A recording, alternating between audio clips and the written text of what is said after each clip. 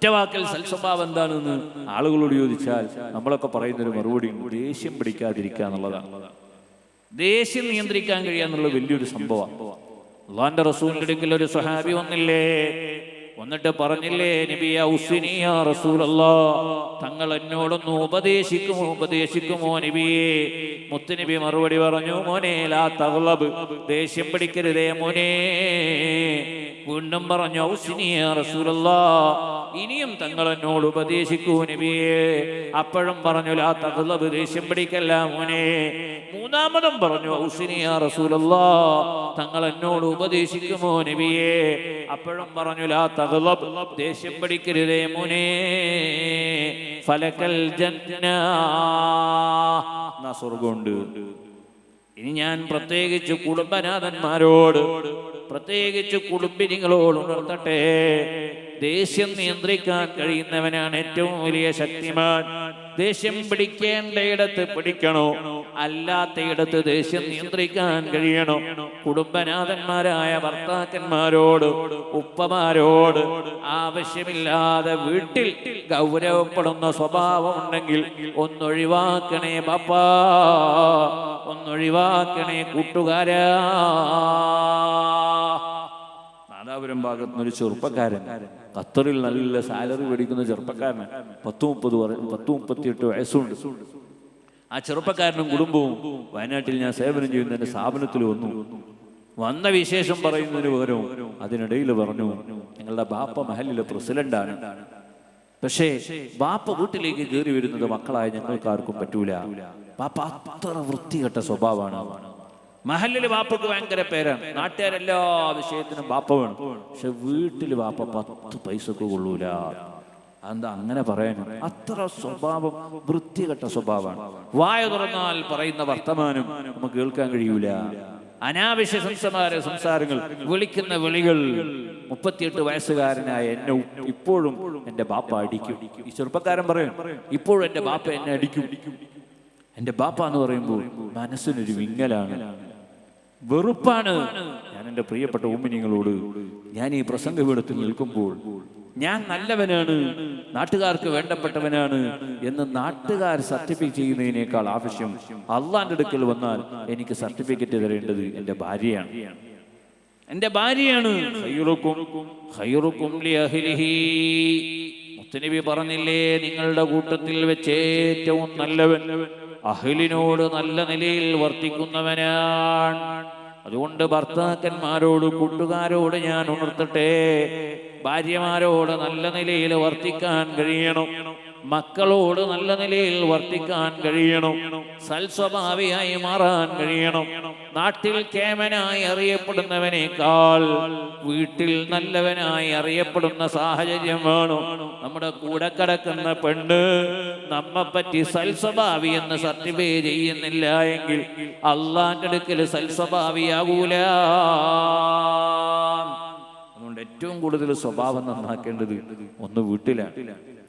ഏത് പ്രശ്നങ്ങൾ എടുത്തു നോക്കുമ്പോഴും ആ പ്രശ്നങ്ങളുടെ കാതൽ പഠിച്ചു പോകുമ്പോൾ ആ വീടിനും വീട്ടുകാർക്കും ആ വിഷയത്തിൽ നല്ലൊരു റോളുള്ളതായിട്ടാണ് പുതിയ കാലത്തെ പഠനങ്ങളും സർവേകളും ഒക്കെ തെളിയിക്കുന്നത്. പുതിയ കാലത്ത് കാണുന്നതും കേൾക്കുന്നതൊക്കെ വലിയ ബേജാറുള്ള വാർത്തകളാണല്ലോ. അപ്പൊ കൈവിട്ടു പോകാൻ നിമിഷങ്ങൾ മതി. കൈവിട്ടു പോകാതെ ചേർത്ത് പിടിക്കാൻ നമുക്ക് കഴിയണം. അഹ്ലിന് വേണ്ടി, മക്കൾക്ക് വേണ്ടി, കുടുംബത്തിന് വേണ്ടി എത്ര തിരക്ക് പിടിച്ച ജീവിതമാണെങ്കിലും ഒരല്പസമയം കാണണേ. കാരണം പണിയെടുക്കുന്നതും ബിസിനസ് ചെയ്യുന്നതും കൃഷി ചെയ്യുന്നതും ഏത് മേഖലയിൽ ഇടപെടുന്നുണ്ട് എങ്കിൽ അതെല്ലാം ചെയ്യുന്നത് അഹ്ലിനും മൗലാദിനും വേണ്ടിയിട്ടാണ് എന്നൊരു ബോധം കൂടെ നമുക്ക് വേണേ. ബിസിയാണ് എന്ന് പറഞ്ഞിട്ട് എല്ലാ ഇപ്പോൾ ഒഴിവാവുന്നൊരു ശൈലി ഒരിക്കലും ഉണ്ടാവരുത്. പ്രത്യേകിച്ച് കുടുംബജീവിതത്തിൽ ഞാൻ ഈ അടുത്തൊരു കഥ വായിച്ചത് ബാപ്പ ഡോക്ടറാണ്. ഡോക്ടറായ ബാപ്പ വീട്ടിലേക്ക് വന്നപ്പോ മകൻ വന്നിട്ട് ബാപ്പയോട് ചോദിക്കുകയാണ്, ഡാഡി, ഒരു പേഷ്യന്റിനെ നോക്കാൻ വേണ്ടി നിങ്ങൾ എത്രയാണ് ഫീ മേടിക്കാറുള്ളത്? അദ്ദേഹം പറഞ്ഞു, 250 രൂപ ഞാൻ ഫീ മേടിക്കും. ഉടനെ തന്നെ മകൻ ചോദിച്ചു, 250 രൂപ ഫീ മേടിച്ചാൽ എത്ര സമയം ആ രോഗിക്ക് വേണ്ടിയിട്ട് ഡാഡി ചെലവഴിക്കും? 10 മിനിറ്റ് സമയം ചെലവഴിക്കൂ. ഇത് കേട്ടു ഡാഡി ബിസിയാണ് എന്ന് പറഞ്ഞ് അദ്ദേഹം മടങ്ങിപ്പോയി. സുബ്ഹാനല്ലാഹ്. തൊട്ടടുത്ത ദിവസം ഡോക്ടറെ കാണാൻ വേണ്ടിയുള്ള ടോക്കൺ വിളിക്കുമ്പോ നെക്സ്റ്റ് ടോക്കൺ 35 എന്ന് പറഞ്ഞപ്പോൾ ഒരു കുട്ടിയകത്തേക്ക് കയറി വന്നു. ഇദ്ദേഹം എന്തോ കുറിച്ചുകൊണ്ടിരിക്കുകയാണ്. ഈ കുട്ടി ഒരൽപ്പം നോട്ടുകൾ ടേബിളിൽ ചുരുട്ടിയത് ടേബിളിന്റെ മുകളിൽ വെച്ചു. ഈ ക്യാഷ് വെച്ച് പാരായി കാശ് വെക്കുന്നതെന്ന് തിരിഞ്ഞു നോക്കുമ്പോ അദ്ദേഹത്തിന്റെ മകനാണ്. ഓ മൈ ഗോഡ്, എന്ത് പറ്റി ഈ കുട്ടിക്ക്? എന്റെ മോൻക്ക് എന്ത് പറ്റി? ഉടനെ തന്നെ കുട്ടിയുടെ മറുപടി, ഡാഡിയല്ലേ പറഞ്ഞത് 250 രൂപ കിട്ടിയാൽ 10 മിനിറ്റ് സമയം ഒരാൾക്ക് വേണ്ടി ചെലവഴിക്കുമെന്ന്. ഇതിൽ 250 രൂപയുണ്ട്. ഒരു 10 മിനിറ്റ് സമയം എന്റെ കൂടെ കളിക്കാൻ വരുമോ? 10 മിനിറ്റ് സമയം എന്റെ കൂടെ കളിക്കാൻ വരുമോ? ഇതൊരിടത്ത് വായിച്ച കഥയാണ്. പൊരുളുണ്ട്. ഒരു തിരക്കില്ലാത്ത നേതാവല്ലോ സയ്യിദുൽ വറാ മുഹമ്മദുർ റസൂലുള്ളാഹി സ്വല്ലല്ലാഹു അലൈഹി വസല്ലം. ലോക മുഅ്മിനീങ്ങളുടെ ജീവിത വ്യവസ്ഥിതി കൃത്യമായി വരച്ചു കാണിച്ചു തരാൻ വേണ്ടി നിയോഗിക്കപ്പെട്ട നേതാവല്ലേ മുത്തുനബി.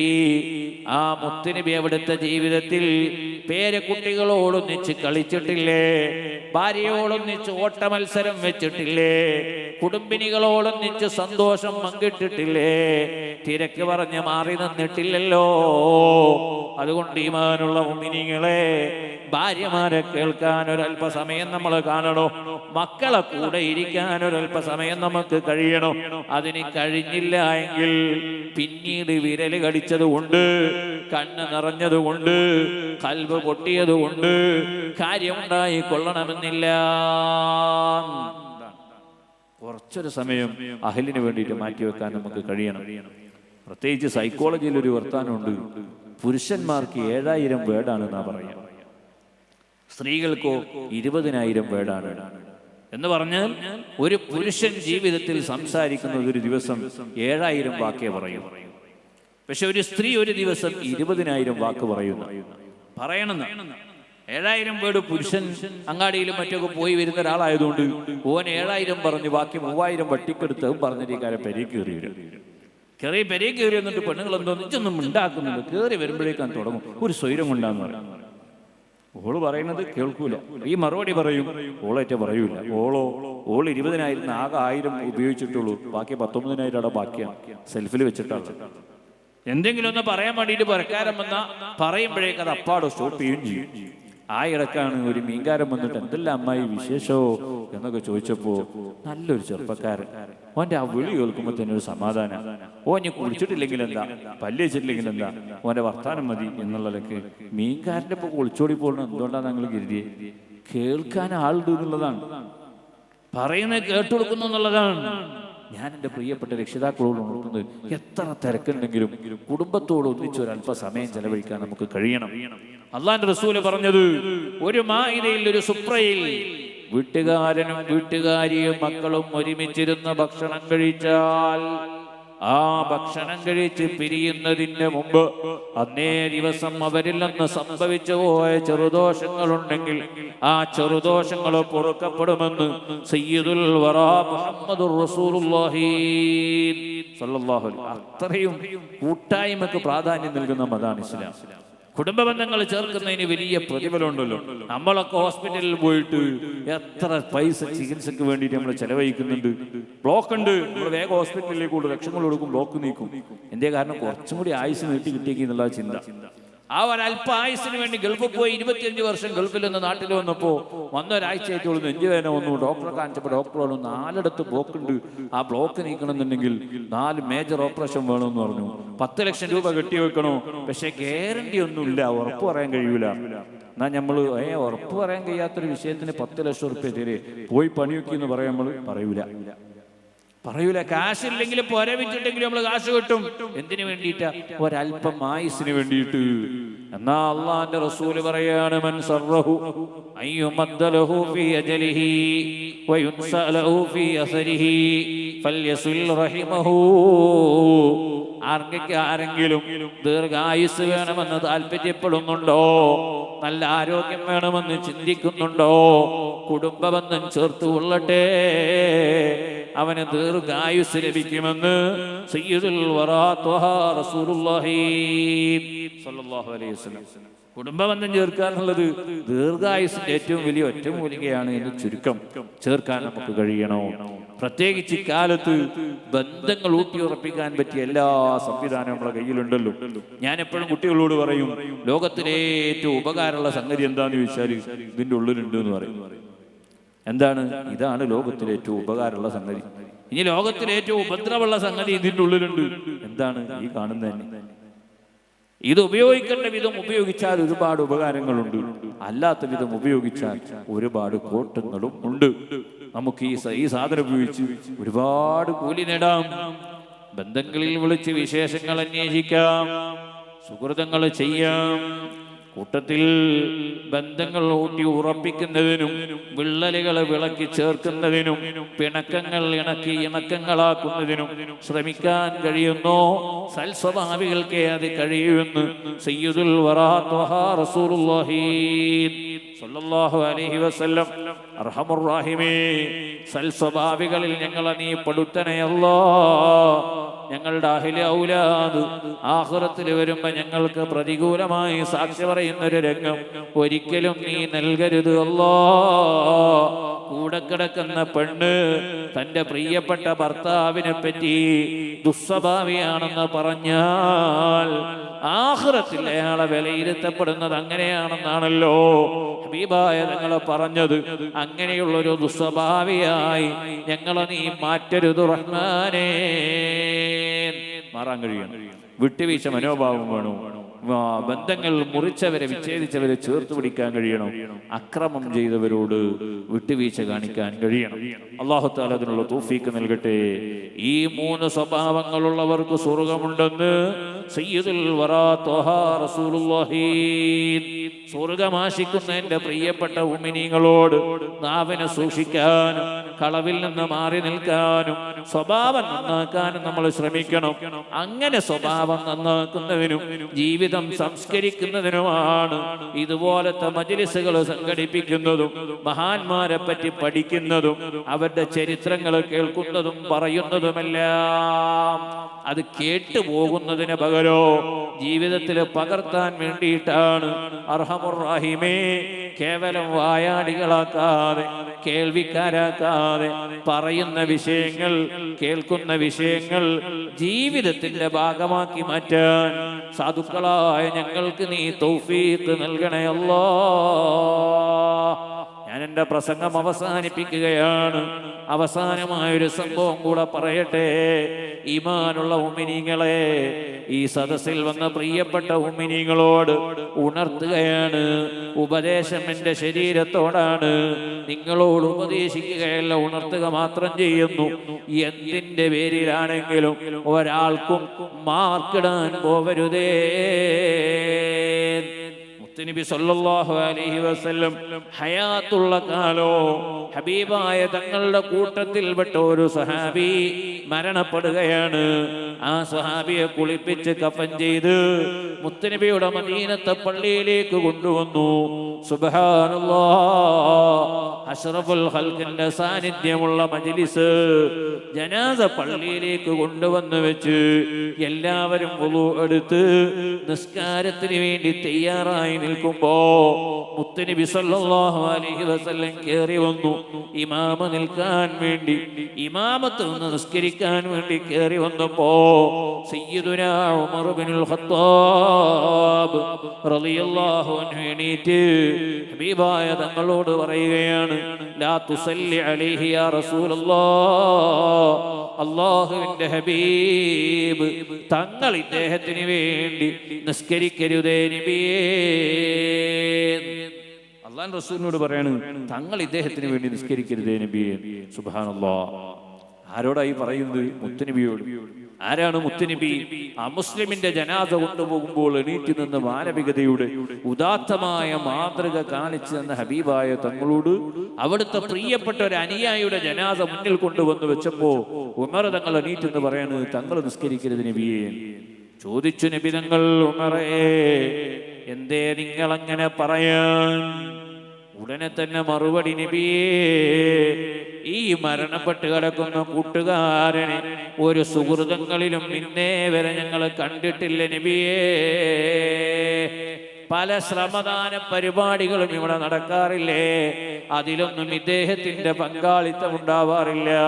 പള്ളിയിലെ ജമാഅത്തിന് കാണാറില്ല, അറിവിന്റെ മജ്ലിസുകളിൽ കാണാറില്ല, സ്വലാത്തിന്റെ ഹൽക്കകളിൽ കാണാറില്ല.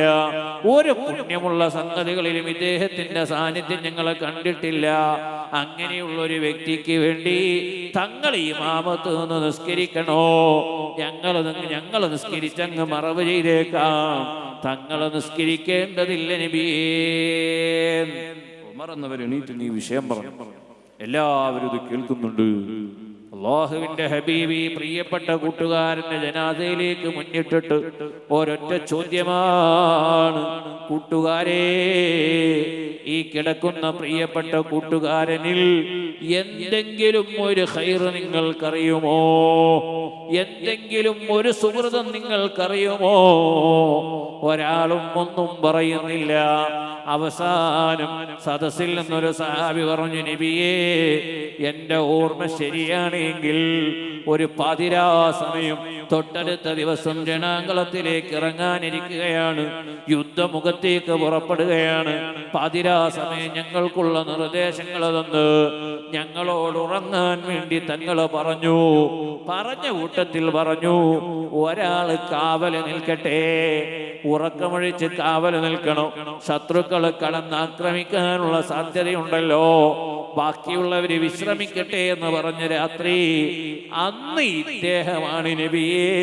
ഓർമ്മ ശരിയാണെങ്കിൽ അന്നത്തെ പാതിരാവിൽ ഉറക്കമൊഴിക്കാനുണ്ടായത്. അതല്ലാതെ ഒരു സദസ്സിലും ഇദ്ദേഹത്തെ കണ്ട് പരിചയമില്ല.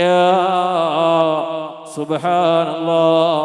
അഷ്റഫുൽ ഖൽഖായ തങ്ങൾ ഈ ജനാസയിലേക്ക് അങ്ങ് മുന്നിട്ട് നിന്നിട്ട് സ്വഹാബത്തിനോടൊരു വിശേഷം പറയുകയാണ്, കൂട്ടുകാരാ യശ്ഹദൂന യശ്ഹദൂന യശ്ഹദൂന അന്നക മിൻ അഹ്ലിൻ നാർ. ഈ കൂടി നിൽക്കുന്നവരെല്ലാവരും വിചാരിക്കുന്നത് നീ നരകത്തിന്റെ അവകാശിയാണെന്നാണ്. എന്നാൽ വഅശ്ഹദു അന്നക മിൻ അഹ്ലിൽ ജന്ന, ഞാനിതാ സാക്ഷി പറയുന്നു നീ സ്വർഗാവകാശിയാണേ. ഫഅമ്മാ അലൈഹി റസൂലുള്ളാഹി സ്വല്ലല്ലാഹു അലൈഹി വസല്ലം, മുത്തുനബി ആ കൂട്ടുകാരന് വേണ്ടി ഇമാമത്ത് നിന്ന് നിസ്കരിക്കുന്നു. ഞാൻ ഈ ഹദീസ് പറഞ്ഞത് ഈമാനുള്ള മുഅ്മിനീങ്ങളെ, മാർക്കിടാനുള്ള അധികാരം നമുക്കാർക്കും അല്ലാഹ് തന്നിട്ടില്ല. ഒന്നിന്റെ പേരിലും ഒരാളെയും ചെറുതായി കാണരുതേ. പടപ്പും പടച്ചറപ്പും മാത്രമാകുന്ന നിമിഷങ്ങളിൽ, അടിമയും ഉടമയും മാത്രമാകുന്ന നിമിഷങ്ങളിൽ ഒരാളും ചെയ്യുന്ന സുഹൃതങ്ങൾ എന്ത് എന്ന് നമുക്കറിയില്ലല്ലോ.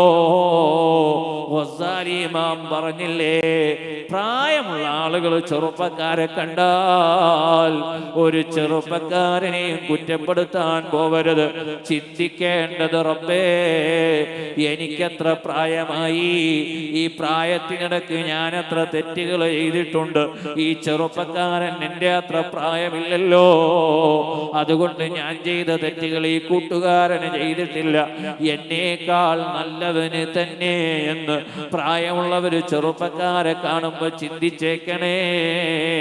ചെറുപ്പക്കാരെ പ്രായമുള്ളവരെ കണ്ടാൽ അവര് ചിന്തിക്കണം, റബ്ബേ എൻ്റെ പ്രായം ചെറുതാണ്, എൻ്റെ മുന്നിലുള്ള ബാപ്പ എത്ര സുഹൃതങ്ങൾ ജീവിതത്തിൽ ചെയ്തു കാണും, ഈ ബാപ്പ ചെയ്ത സുഹൃതങ്ങൾ എന്തായാലും ഞാൻ ചെയ്തിട്ടില്ലല്ലോ, അതുകൊണ്ട് ഈ പ്രായമുള്ള ബാപ്പ എന്നേക്കാൾ നല്ലവന് തന്നെ. തെറ്റുകൾ സംഭവിച്ചിട്ടുണ്ടെങ്കിലും അതിനേക്കാൾ കൂടുതൽ സുഹൃതം ചെയ്യാൻ ഭാഗ്യം കിട്ടിയ ആളാവും.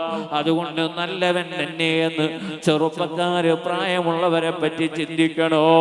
പണ്ഡിതന്മാർ നാടന്മാരെ പറ്റി കാണുമ്പോൾ അല്ലാ അറിവുണ്ടായിരിക്കെ, വിവരമുണ്ടായിരിക്കെ, ഹലാലും ഹറാമും തിരിച്ചറിഞ്ഞിട്ടും ഞാനെത്ര തെറ്റ് ചെയ്തിട്ടുണ്ട്. അല്ലാ, നാടനായ വ്യക്തി അറിവില്ലാത്തവനല്ലേ, അറിവില്ലായ്മ വിട്ടുവീഴ്ചക്കുള്ള കാരണമല്ലേ. അതുകൊണ്ട് എന്നേക്കാൾ നല്ലവൻ ഈ നാടനായ വ്യക്തി തന്നെ. നാടനായ വ്യക്തി ആലിമിനെ കാണുമ്പോൾ ചിന്തിക്കണോ, അല്ലാഹുവേ ഇൽമിന്റെ പവർ അത്ര വലുതാണ്, ഞാൻ അറിവില്ലാത്തവനല്ലേ, ആലിമല്ലേ. ആലിമീങ്ങളുടെ സ്ഥാനം പ്രവാചകന്മാർക്ക് സമാനമാണെന്നല്ലേ പറഞ്ഞത്. അതുകൊണ്ട് ആലിമീങ്ങൾ നല്ലവര് തന്നെയെന്ന് നാടന്മാര് വിചാരിക്കണോ. സമപ്രായക്കാരായ രണ്ടുപേര് കണ്ടാൽ ഒരാളെ പറ്റി ചിന്തിക്കേണ്ടത് ഇവൻ ചെയ്ത സുഹൃതങ്ങൾ എന്തൊക്കെയാണെന്ന് എനിക്കറിയൂലല്ലോ, അതുകൊണ്ട് എന്നേക്കാൾ കൂടുതൽ സുഹൃതം ചെയ്യാൻ സാധ്യതയുണ്ട്, എന്നേക്കാൾ നല്ലവന് തന്നെ എന്ന് പരസ്പരം ഒരു പ്രായമുള്ളവർ ചിന്തിക്കണം. ഒരാളും ഒരാളെയും കുറ്റപ്പെടുത്താതെ, ഒരാളും ഒരാൾക്കും മാർക്കിടാതെ ഞാനാണ് ഏറ്റവും മോശപ്പെട്ടവനെന്ന ചിന്തയിൽ ജീവിക്കാൻ കഴിയുമ്പോൾ അത് വിനയത്തിൻ്റെ അടയാളമാണ്, നല്ലവരുടെ അടയാളമാണ്. ഇനി ഒരാളുടെ മനസ്സിൽ തോന്നുകയാണ് എന്തായാലും അവൻ ചെയ്ത തെറ്റും കുറ്റമൊന്നും ഞാൻ ചെയ്തിട്ടില്ല, അവനേക്കാൾ നല്ലവന് ഞാനെന്നൊരാൾ ചിന്തിക്കുന്നുവെങ്കിൽ ബീവി ആയിഷ റളിയല്ലാഹു അൻഹ പറഞ്ഞില്ലേ, അവൻ മുതകബ്ബിറാണ്, അഹങ്കാരിയാണ്, കിബറുള്ളവനാണ്. അണുമണി തൂക്കം കിബറ് കൽബിലുണ്ടോ സ്വർഗം കാണൂല. ഒരാൾ ചിന്തിക്കാണ് എന്തായാലും ഓൻ ചെയ്ത തെറ്റൊന്നും ഞാൻ ചെയ്തിട്ടുണ്ടാവൂല. അങ്ങനെ ചിന്തിച്ചാൽ ആ മനുഷ്യൻ കിബറിനാണെന്ന് പറഞ്ഞ് ഞാനല്ല, മുത്തുനബിയോട് ചേർന്ന് നിന്ന് ജീവിക്കാൻ ഭാഗ്യം കിട്ടിയ സ്വഹാബി വനിതകളിൽ ഏറ്റവും വലിയ പണ്ഡിതയായ ഉമ്മുന ആയിഷത്തു സുഹ്റ റളിയല്ലാഹു അൻഹാ ഒരാളെയും മാർക്കിടരുത്, ഒരാളെയും തെറ്റിദ്ധരിക്കരുത്. കണ്ണൂർ ജില്ലയിൽ പാത്തിപ്പാലം എന്ന് പറഞ്ഞൊരു സ്ഥലമുണ്ട്. അള്ളാഹുവിൻ്റെ അനുഗ്രഹം കൊണ്ട് വർഷങ്ങൾക്ക് മുമ്പാട് ഒരു പ്രസംഗത്തിന് പോയപ്പോൾ ഉറൂസ് മുബാറക്കുമായി ബന്ധപ്പെട്ട ഒരു പരിപാടിക്ക് പോയപ്പോൾ പരിപാടി കഴിഞ്ഞതിന് ശേഷവും സ്വാഭാവികമായിട്ട് ഒരു സ്ഥലത്ത് പരിപാടിക്ക് മുമ്പാടുള്ള ആളുകളൊക്കെ ഇങ്ങനെ കാണാനും മിണ്ടാനൊക്കെ വരുമല്ലോ. അങ്ങനെ ഒരു ചെറുപ്പക്കാരനെ പരിചയപ്പെട്ട് കഴിഞ്ഞതിന് ശേഷം വയനാട്ടിലേക്ക് തിരികെ വന്നപ്പോൾ അവൻ മലയാള മനോരമയുടെ ഒരു പത്രത്തിന്റെ ഫോട്ടോ എടുത്ത് എനിക്ക് എൻ്റെ ഫോണിലേക്ക് വാട്സപ്പ് ചെയ്തു. എന്താണ് ആ ഫോട്ടോയിലുള്ളത്? ആ പ്രദേശത്ത് മരണപ്പെട്ടു പോയൊരു വ്യക്തിയുടെ ഒരു കേസുമായി ബന്ധപ്പെട്ടുള്ള ഒരു വാർത്ത. എന്താണ് വാർത്ത? എല്ലാ ദിവസവും പള്ളിയിലേക്ക് വരുന്നൊരു വാപ്പയുണ്ട്. ഒരു സുബഹിയുടെ ജമാഅത്തും അദ്ദേഹം ഒഴിവാക്കൂല. സാധുവായ മനുഷ്യൻ, ആരോടും ഒന്നും പറയുന്നില്ല. അദ്ദേഹം സൈലന്റായി അങ്ങനെ നടക്കും. ആ നടത്തത്തിന് അവർ ഉദാഹരണം പറയാണ്. ഒരു വഴിക്ക് പോകുമ്പോൾ ഒരു പശു അവിടെ പുല്ല് നിന്നുണ്ടെങ്കിൽ ഇദ്ദേഹം വഴിക്കൂടെ പോകുമ്പോൾ ആ പശുവിന്റെ തീറ്റ മുടങ്ങുന്നുണ്ടാൽ അദ്ദേഹം വഴിമാറിപ്പോകും. ആ നാൽക്കാലി മൃഗത്തിന് പോലും ഒരു ഇടങ്ങേറാവണ്ടെന്ന് ഇത് വഴിമാറിപ്പോകും. അദ്ദേഹത്തിന്റെ വീട്ടിൽ നിന്ന് ആരെങ്കിലും ഒരു കൈക്കോട്ട് വായ്പ ഉണ്ടായാൽ ആ കൈക്കോട്ട് തിരിച്ചു കൊണ്ടുവന്ന് വരുമ്പോൾ അതിന്റെ പുറത്ത് മണ്ണുണ്ടെങ്കിൽ ആ മണ്ണ് കൊണ്ടുപോയിട്ട് ഓന്റെ പറമ്പ് തന്നെ തൊട്ടി കൊടുക്കുന്നതാണ്. അത്രയും സൂക്ഷ്മത.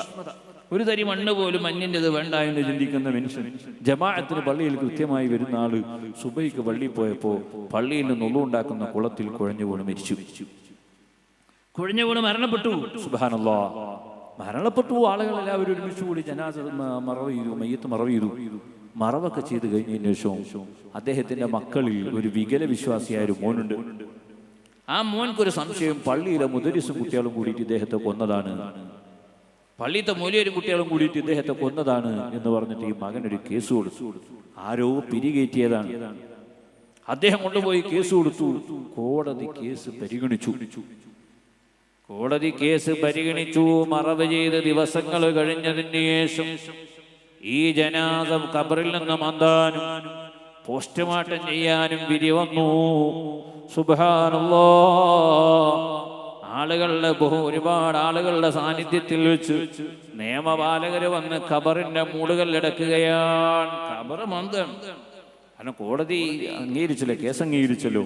ഖബർ മാന്തിയിട്ട് അവശിഷ്ടങ്ങൾ പോസ്റ്റ്മോർട്ടം ചെയ്യണോ എന്ന് കോടതി ഉത്തരവിട്ടു. ഖബർ മാന്താൻ വേണ്ടി വന്നു. ആളുകൾ സ്വാഭാവികമായിട്ട് അതൃപ്പം കൊണ്ട് ഒരുമിച്ച് കൂടുമല്ലോ.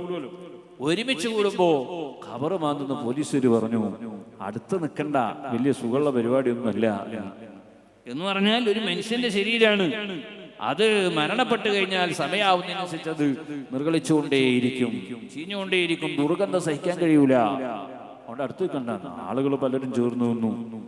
സുബ്ഹാനല്ലാഹ്, ഇദ്ദേഹത്തിന്റെ ഖബർ മാന്തിയിട്ട് മൂടുകല്ലങ്ങ് പൊക്കേണ്ട താമസം.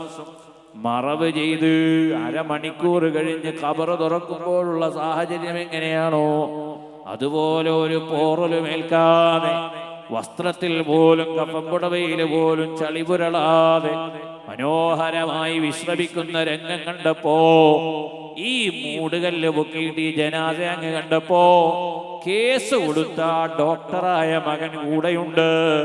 അദ്ദേഹത്തോട് ഈ പോലീസുകാരൻ പറഞ്ഞു പോയി, എടാ ധിക്കാരി, ഇത്രയും നല്ലൊരു മനുഷ്യന്റെ മകനായി പറക്കാൻ അവസരം കിട്ടിയിട്ട് ഈ ശരീരമാണല്ലോ വെട്ടിപ്പൊളിക്കാൻ കൊടുക്കുന്നത്. അദ്ദേഹം പറഞ്ഞു, മരിച്ചിട്ട് ദിവസങ്ങളായിട്ടൊരു കുഴപ്പമില്ലാതെ അങ്ങനെ തന്നെ കിടക്കുന്ന ഒരാളെ ശരീരമാണല്ലോ ഇനി വെട്ടിപ്പൊളിക്കാൻ കൊടുക്കുന്നത്. ഇത് കണ്ട മനുഷ്യന്, മകന് അന്നോട്ട് മാനസികമായി. അന്നോട്ട് അദ്ദേഹത്തിന് മാനസികമായി. അദ്ദേഹം ഇത്ര പ്രതീക്ഷിച്ചില്ല. പത്രത്തിൽ എഴുതിയത് വാർത്ത, മലയാള മനോരമ തലക്കെട്ട് നൽകിയത് പ്രവാചക അധ്യാപനങ്ങളുടെ നേർക്കാഴ്ചയായിരുന്നു ആ പ്രദേശത്തുകാർ ഖബർ മാന്തിയപ്പോൾ കണ്ടത്. എന്താണ് പ്രവാചക അധ്യാപനങ്ങളുടെ നേർക്കാഴ്ച? ചില ശരീരങ്ങൾ മണ്ണിന് ഹറാമാണ്, ചില ശരീരങ്ങൾ തീയിന് ഹറാമാണ്. സുലൈമാനുൽ ജസൂലി തങ്ങൾ സ്വലാത്തിന്റെ രാജകുമാരനല്ലേ? ഒരു നൂറ്റാണ്ടോടടുത്ത സമയം പള്ളിയുടെ വിപുലീകരണ പ്രവർത്തനത്തിന് വേണ്ടിയിട്ട് ഖബർ മാന്തിയിട്ട് ജനാസ മറ്റൊരിടത്തേക്ക് മറവ് ചെയ്ത് പള്ളി വിശാലമാക്കാമെന്ന ആശയത്തിലെത്തിയപ്പോ സുബ്ഹാനല്ലാഹ്, ഖബറങ്ങ് മാന്തേണ്ട താമസോ മരണപ്പെട്ട് കിടക്കുന്ന അന്ന് താടി നന്നാക്കിയതിന് പോലും ഒരു പോറലുമേൽക്കാതെ അന്ന് ഷേവ് ചെയ്തതുപോലെ മനോഹരമായി വിശ്രമിക്കുന്നു എന്ന് മാത്രമല്ല, മൂടുകല്ലങ്ങ് പൊക്കേണ്ട താമസോ ഖബറിൽ നിന്ന് വല്ലാത്ത പരിമളം തന്നെ, വല്ലാത്ത സുഗന്ധം തന്നെ. ഇപ്പോഴും ഖബറിൽ നിന്ന് പരിമളം വരുന്ന ഒരു ഖബറല്ലേ സുലൈമാനുൽ ജസൂലി തങ്ങളുടേത്. 90 വർഷം കഴിഞ്ഞതിന് ശേഷവും ശരീരത്തിനൊരു പോറലുമേറ്റിട്ടില്ല.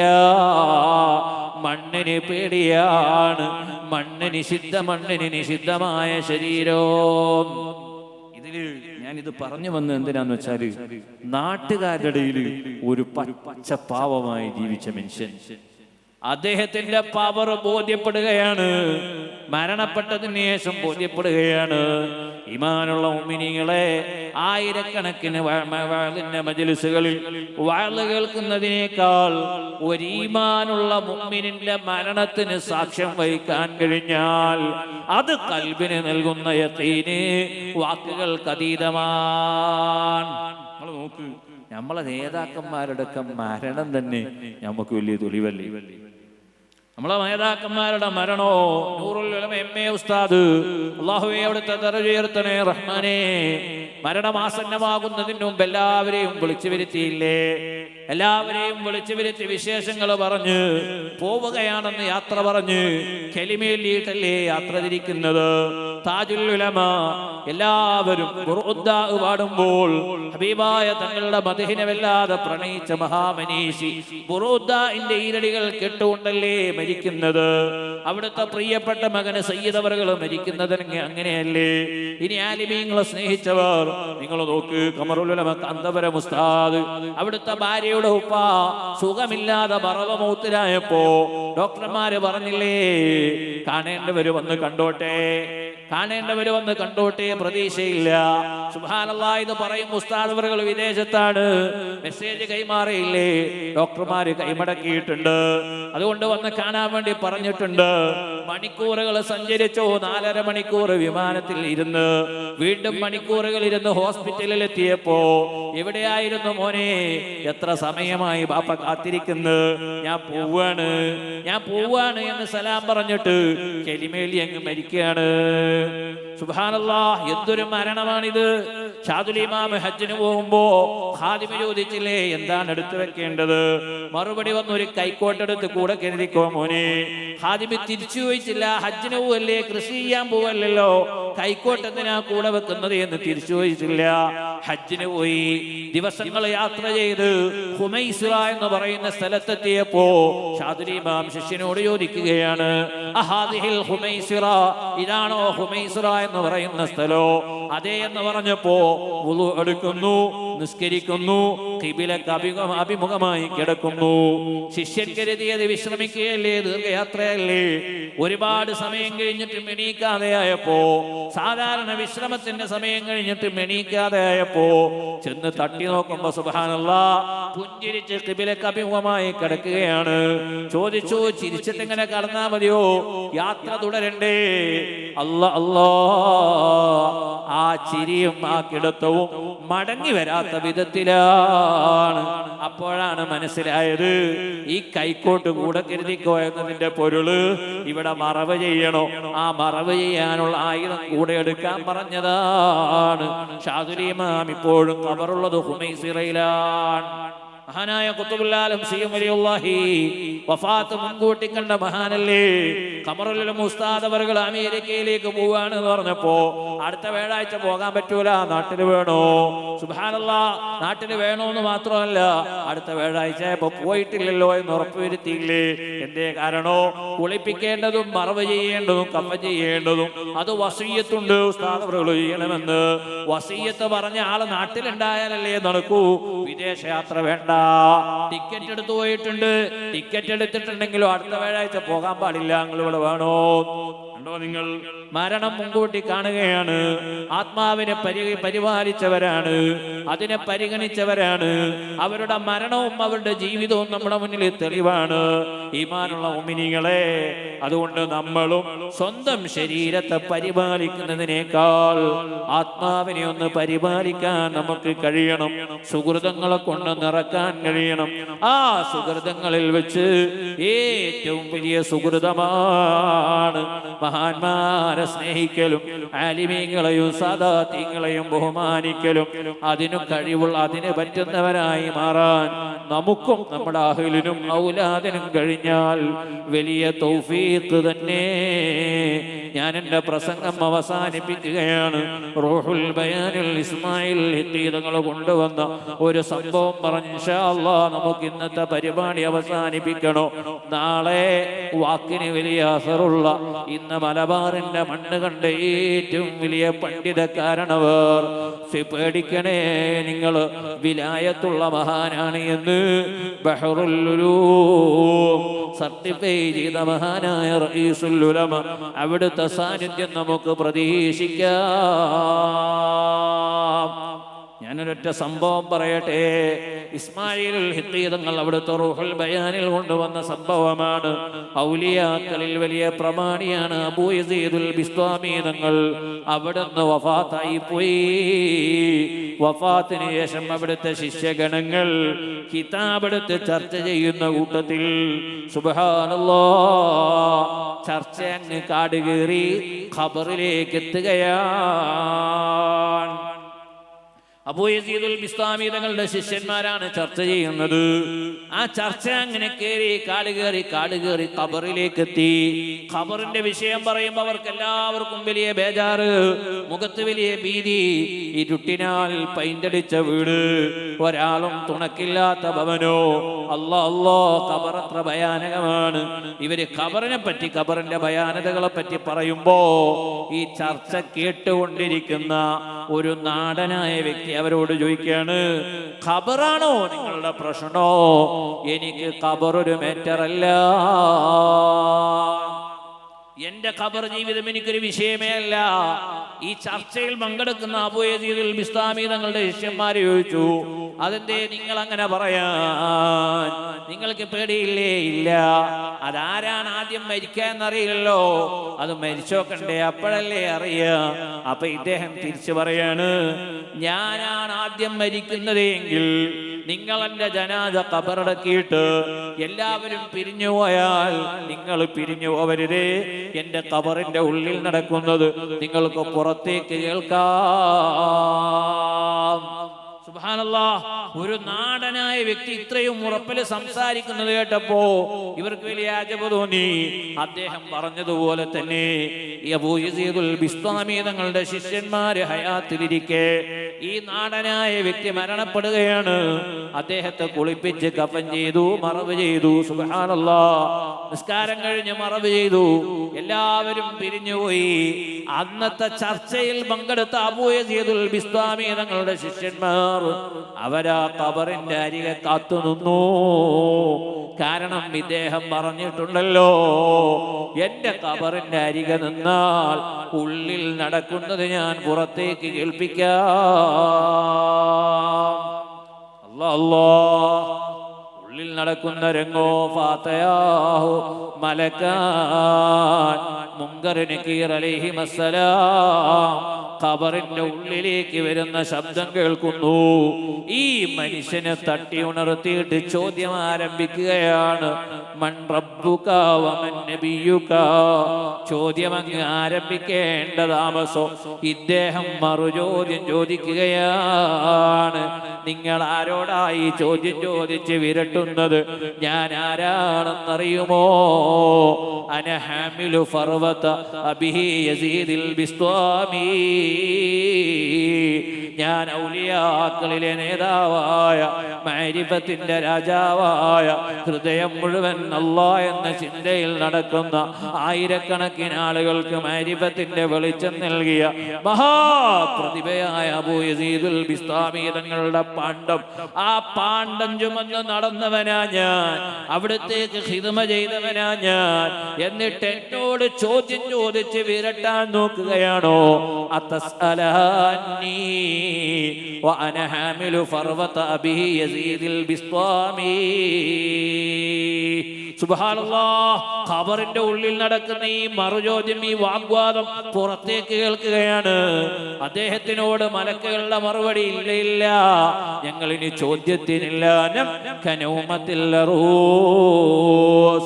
മണവാളന് വിശ്രമിക്കുന്നത് പോലെ വിശ്രമിച്ചു കൊള്ളൂ കൂട്ടുകാരാ, ഞങ്ങൾ തിരികെ പോവുകയാണ്. തഫ്സീർ റൂഹുൽ ബയാനിൽ ഈ സംഭവം കാണാം. ഞാനിത് പറഞ്ഞു വന്നത് ഈമാനുള്ള മുഅ്മിനീങ്ങളെ, ആലിമീങ്ങളെ മഹബ്ബത്ത് വെച്ചാൽ, മഹാന്മാരെ മഹബ്ബത്ത് വെച്ചാൽ വെറുതെയാവില്ല. നിങ്ങൾ നോക്ക്, ഈ അടുത്ത ദിവസമല്ലേ ഞങ്ങളുടെ സീനിയർ സാധുവായ ഞാനും അഭിവന്ദരായ സയ്യിദ് അവറുകളൊക്കെ ജാമിഅ ഇഹ്യാ ഉസ്സുന്നയിലുള്ളപ്പോൾ ഉസ്താദുമാരെ പോലെ ഞങ്ങളെ കണ്ട പ്രിയപ്പെട്ട അസ്ലം ഹസനി ഉസ്താദ്, അല്ലാഹ് അല്ലാഹ്, 20 വർഷക്കാലത്തോളം റഈസുൽ ഉലമക്ക് ഖിദ്മ ചെയ്ത പണ്ഡിതനല്ലേ, ഇൽമിന്റെ ഖാദിമല്ലേ, മരിക്കുമ്പോഴും ഇൽമിന്റെ വഴിയിലല്ലേ മരിക്കുന്നത്. ആ ജനാസ ഖബറിലേക്ക് എടുത്തു വെച്ചിട്ട് അവിടുത്തെ പ്രിയപ്പെട്ട ഉസ്താദിന്റെ ഒരു ദുആ ഉണ്ട്. ഈമാനുള്ള മുഅ്മിനീങ്ങളെ, ആ ദുആ കേട്ടാൽ ആ മരണപ്പെട്ട് കിടക്കുന്ന വ്യക്തി ഞാനാണെങ്കിൽ ഒന്ന് ആരാശിക്കാതിരിക്കുക. അങ്ങനെ ഹൃദയം പൊട്ടിയിട്ട് തന്റെ പ്രിയപ്പെട്ട ശിഷ്യന് വേണ്ടി ഇൽമല്ലാത്ത മറ്റൊരു ചിന്തയില്ലാത്ത, പാതിരാ സമയത്ത് കിടന്നിട്ട് ഉറങ്ങാത്ത, ഇരിക്കുന്ന ഇരുത്തത്തിൽ മുത്താല ചെയ്തുകൊണ്ടേയിരിക്കും. ആ ഇരുത്തത്തിനിടയിൽ ഒന്ന് കണ്ണുമാളിയാൽ അതാണ് അഭിവന്യനായ അബ്ദുള്ള ഹസനി ഉസ്താദിന്റെ ഉറക്കം. ഉറങ്ങാനായിട്ട് കിടക്കുന്നത് കണ്ടിട്ടില്ല. ജാമിഅ ഇഹ്യാ ഉസ്സുന്നയിൽ പഠിക്കുമ്പോൾ ഏത് പാതിരാവിൽ ചെന്നാലും അബ്ദുള്ള ഉസ്താദിന്റെ റൂമിൽ ലൈറ്റ് ഉണ്ടാകൂ. ലൈറ്റ് ഓഫായിരിക്കുന്നത് കാണലില്ല. ചെന്ന് പാളി നോക്കിയാൽ മുത്താലയിലാവും. ആ മുത്താലയിൽ ഇരുന്നൊന്ന് ഉറങ്ങിപ്പോയിട്ടുണ്ട് എങ്കിൽ അത് തന്നെ ഉറക്ക്, അല്ലാതെ ഉറങ്ങാനായിട്ടുള്ളൊരു കിടത്തമില്ല. ഇൽമ് വല്ലാത്ത ലഹരി തന്നെ. അഫ്ളലു മാ ഉൻഫിഖ ഫീഹി നഫായിസുൽ ഔഖാത്ത്, ഏറ്റവും ശ്രേഷ്ഠമായ സുഹൃതം ഇൽമിന് വേണ്ടി ചെലവഴിച്ച സമയമല്ലേ. ആ ഇൽമിന്റെ ലഹരി കിട്ടിയ, ഇബാദത്തിന്റെ മധുരിമറിഞ്ഞ അഭിവന്യരായ ഗുരുവര്യർ അസ്ലം ഉസ്താദിന് വേണ്ടി ദുആ ചെയ്യുന്ന ദുആ കേട്ടാൽ ആരുടെ ഹൃദയമാ പൊട്ടിപ്പോകാത്തത്? ഖാദിമായത് കൊണ്ടല്ലേ, ഉസ്താദുമാരെ മഹബത്ത് വെച്ചത് കൊണ്ടല്ലേ. ഇനി മലബാറിന്റെ മണ്ണിൽ, മലബാറിന്റെ മക്ക എന്നറിയപ്പെടുന്ന മഖ്ദൂം കുടുംബോ, അവർക്ക് മഖ്ദൂം എന്ന പേര് വരാനുള്ള കാരണോ സക്കരിയൽ അൻസ്വാരി തങ്ങളുടെ അടുക്കൽ പഠിച്ചുകൊണ്ടിരിക്കുമ്പോ അവിടുത്തെ ഖാദിമായി നടന്നയാളല്ലേ. എത്രത്തോളം ഖിദ്മ ചെയ്തു. ഉസ്താദ് അവരുടെ വാഹനമായ കഴുതക്ക് പുല്ലരിഞ്ഞ് കൊണ്ടുവരാൻ വേണ്ടി പറഞ്ഞയച്ച അവസരത്തിൽ സാധാരണ പുല്ലരിഞ്ഞ് കൊണ്ടുവരുന്ന സൈനുദ്ദീൻ എന്ന് പറയുന്ന ശിഷ്യ അന്ന് പുല്ലരിയാതെ വന്നപ്പോ എന്തേ ഇന്ന് പുല്ലരിഞ്ഞില്ലേ? മറുപടി വന്നു, എന്നെ കൊണ്ട് കഴിയുന്നില്ല. എന്തേ മോനെ കഴിയാത്തത്? പുല്ലുകളെ തസ്ബീഹ് ചൊല്ലുന്നത് ഞാൻ കേൾക്കുന്നു ഉസ്താദേ. പുല്ലുകളുടെ തസ്ബീഹ് കേട്ടപ്പോ അരിഞ്ഞെടുക്കാൻ എന്നെ കൊണ്ട് പറ്റുന്നില്ല എന്ന് പറഞ്ഞപ്പോ അവിടുന്ന് ഗുരുവര്യര് പറഞ്ഞതല്ലേ, അൽആന അൻത മഖ്ദൂം, ഇന്ന് തൊട്ട് മോനെ നീ മഖ്ദൂമാണ്, ഖാദിമല്ല, നീ മഖ്ദൂമാണ്. ഈമാനുള്ള മുഅ്മിനീങ്ങളെ, ഖിദ്മത്തിന് വലിയ സ്ഥാനമുണ്ട്, ആദരവിന് വലിയ സ്ഥാനമുണ്ട്, മഹബത്തിന് വലിയ സ്ഥാനമുണ്ട്. സാധുക്കളായ നമുക്ക് ഇതിനേക്കാൾ ഉറപ്പുള്ള ഒരു അമലുമില്ല. അതുകൊണ്ട് അഹ്ലു ബൈത്തിനെ മഹബത്ത് വെക്കണേ, അലിമീങ്ങളെ മഹബത്ത് വെക്കണേ, പണ്ഡിതന്മാരെ മഹബത്ത് വെക്കണേ. കൂട്ടത്തിൽ ഞാൻ ഉണർത്തുകയാണ്, സയ്യിദ് അവറുകളാണോ തലപ്പാവ് ധരിച്ചില്ലെങ്കിലും വേഷം നാടനാണെങ്കിലും ഒന്നിന്റെ പേരിലും കുറ്റം പറയരുതേ. തെറ്റ് ചെയ്താലും അവരെ അധിക്ഷേപിക്കരുതേ. കാരണം ആ ശരീരത്തിൽ ഹബീബായ തങ്ങളെ കാണാൻ നമുക്ക് കഴിയണോ? ഞാനൊന്ന് ചോദിക്കട്ടെ, നമ്മുടെ മക്കൾ, നമ്മുടെ കുട്ടികളിൽപ്പെട്ട ഒരു കുട്ടി ഒരു മോഷണം നടത്തിയെന്ന് നിങ്ങൾ സങ്കല്പിച്ചോ? ആ മോഷണം നാട്ടുകാർ കയ്യോടെ പിടികൂടി, എന്നിട്ട് നാട്ടുകാരവനെ കൈകാര്യം ചെയ്യുകയാണെങ്കിൽ ബാപ്പയായ നിങ്ങൾക്കത് സഹിക്കുമോ? അവൻ ചെയ്തത് തെറ്റ് തന്നെ, സംശയമൊന്നുമില്ല. പക്ഷേ ആ തെറ്റിന്റെ പേരിൽ നാട്ടുകാർ നമ്മുടെ കുട്ടിയുടെ ശരീരത്തിൽ കൈവച്ചാൽ അത് നമുക്ക് സഹിക്കുമോ ബാപ്പാ? അത് നമുക്ക് സഹിക്കുമോ കൂട്ടുകാരാ? എന്നാൽ അഹ്ലു ബൈത്തിൽപ്പെട്ട ഒരു സയ്യിദ് അഥവാ എന്തെങ്കിലും ചെയ്തു പോയാൽ തന്നെ അവരെ കുറ്റം പറയരുത്, ആക്ഷേപിക്കരുത്, അധിക്ഷേപിക്കരുത്. ഇത് ഞാൻ എൻ്റെ വകയിൽ പറഞ്ഞതല്ല. ആലിമീങ്ങൾ, പർവ്വത സമാനരായ ഉലമാക്കൾ പഠിപ്പിച്ചതാണ്. കാരണോ ഉപ്പാപ്പ റസൂലുള്ളാഹി ഹബീബായ തങ്ങൾക്കത് പറ്റിക്കൊള്ളണമെന്നില്ല. അതുകൊണ്ട് എന്തിന്റെ പേരിലാണെങ്കിലും ശരി സാദാത്യങ്ങളെ കുറ്റം പറയരുത്, ആക്ഷേപിക്കരുത്. മഹബത്ത് നമ്മൾ വെക്കുക. ആ മഹബത്ത് നമ്മുടെ അഹ്ലിനും മൗലാദിനും നമ്മൾ പഠിപ്പിക്കുക. മഹബത്ത് കൊണ്ട് രക്ഷപ്പെടുമെന്നതിൽ എത്രയോ സംഭവങ്ങളുണ്ട്. അതാണ് ഞാൻ ആമുഖത്തിൽ പറഞ്ഞത്. തൊട്ടാൽ 7 പ്രാവശ്യം കഴുകേണ്ട മുഗല്ലദായ നജസായി ഗണിക്കപ്പെടുന്ന ഒരു നായക്ക് പോലും അല്ലാഹു തആല സ്വർഗം കൊടുത്തത് മഹബത്തിന്റെ പേരിലാണ്. ആ മഹബത്തുള്ളവരായി മാറാൻ നമുക്ക് കഴിയണം. ആ ഒരു മഹബത്തിന്റെ ഭാഗമായിട്ടാണ് അഭിയന്നരായ സയ്യിദ് അവറുകളുടെ ഉറൂസ് മുബാറക്. അൽഹംദുലില്ലാഹ്, സയ്യിദ് അവറുകൾ ഇതിന്റെ ഹാദിമീങ്ങളെ പറ്റി, ഭക്ഷണം പാചകം ചെയ്യുന്നവരെ പറ്റിയും ഈ സൗണ്ട് ഞാനിവിടെ സംസാരിച്ചിരിക്കുമ്പോൾ എനിക്കൊരു അഭിമാനമുണ്ട്. ഈ സൗണ്ട് വയനാട്ടുകാരനാണ്, എന്നെ അറിയുന്ന, ഞാൻ അറിയുന്ന ആളുകളുടേതാണ്. അൽഹംദുലില്ലാ, വളരെ മനോഹരമായ സംവിധാനം. അല്ലാഹു തആല വലിയ ബറക്കത്ത് പ്രദാനം ചെയ്യട്ടെ. കൊടുത്തതിലും കൊടുക്കാനുള്ളതിലും വലിയ ബറക്കത്ത് അല്ലാഹു നൽകട്ടെ. ആഗ്രഹങ്ങൾ റബ്ബ് നിറവേറ്റട്ടെ. വലിയ സന്തോഷം രണ്ടു ലോകത്തും അല്ലാഹു പ്രദാനം ചെയ്യട്ടെ. ഇങ്ങനെ ഓരോരുത്തരും ഭക്ഷണമാണെങ്കിലും ബാക്കിയുള്ളതാണെങ്കിലും ഓരോ ഹിദുമകളും അഭിയന്തരായ ചെയ്തവர்கள் കുറഞ്ഞ സമയം കൊണ്ട് നന്ദിപൂർവ്വം അത് സ്മരിച്ചുകൊണ്ടേയിരിക്കുന്നുണ്ട്. അർഹമുർ റഹീമായ റബ്ബേ, സാദാത്യങ്ങളോടൊന്നിച്ച് നീ സ്വർഗം നൽകണേ അല്ലാഹ്.